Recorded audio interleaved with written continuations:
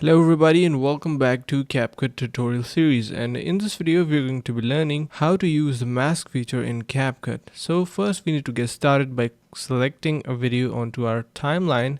I'm going to be selecting this video and click on add, and now you can see a video is added onto our timeline. Now to get started, we first need to select the mask feature from the effects below. Scroll until you can find a mask. Click on mask and from here select split. Adjust your mask positioning. So I'm going to be making a revealing effect which will be working something like this. Once your starting positioning is set, click on the check mark from the bottom right side of your screen and click on this keyframe button which is right in front of your video playhead, which will create a keyframe for that position of your mask. Now move forward in your video and reposition where you want to end your mask. So here it looks good, so I'm going to be clicking on the check mark from the bottom of my screen again, and you'll be able to see that when you replay your video, your mask effect is applied nicely. So that's how your masking effect works in CapCut, and I really hope you understood the concept and learned something new. If you did so, make sure to subscribe to the channel, like the video, and share it with your friends. Thanks for watching. See you in the next one.